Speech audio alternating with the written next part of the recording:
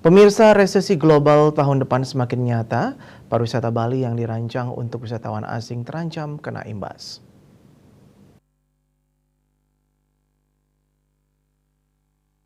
Ketua IHGMA Bali Yoga Iswara mengatakan, pemulihan ekonomi Bali sebagaimana pemulihan ekonomi nasional serta global menghadapi tantangan babak baru terkait isu resesi global 2023 yang akan berdampak pada pemulihan pariwisata Bali.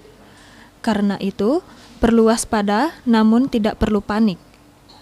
Bali bisa dan akan terpuruk jika tetap menggunakan pola lama sebelum pandemi COVID-19, khususnya di sektor pariwisata. Berdasarkan International Tourism Leaders Summit ITLS 2022 yang menyimpulkan bahwa saat ini pariwisata sudah tidak relevan lagi digaungkan sebagai the leading sector.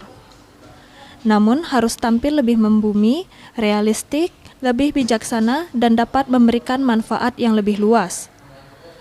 Pariwisata sudah saatnya bertransformasi dari the leading sector menjadi the trans sector bersinergi, berkolaborasi, dan seiring sejalan dengan sektor lainnya dalam menciptakan benefit yang berkelanjutan.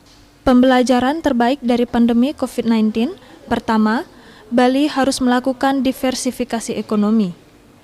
Sektor primer dan sekunder harus diperkuat untuk mewujudkan konsep ekonomi Bali yang mandiri dan berdikari.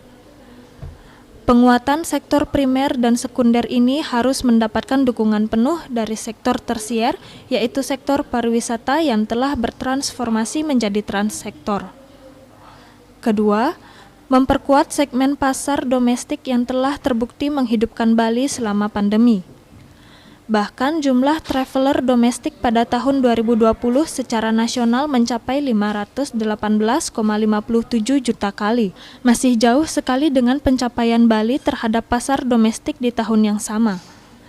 Sementara itu, pelaku usaha yang bergerak di bidang non-pariwisata Dr. Frans Heri Wijaya mengatakan, pengalaman 2 tahun pandemi akan membuat Bali lebih kuat dalam menghadapi ancaman resesi tahun depan.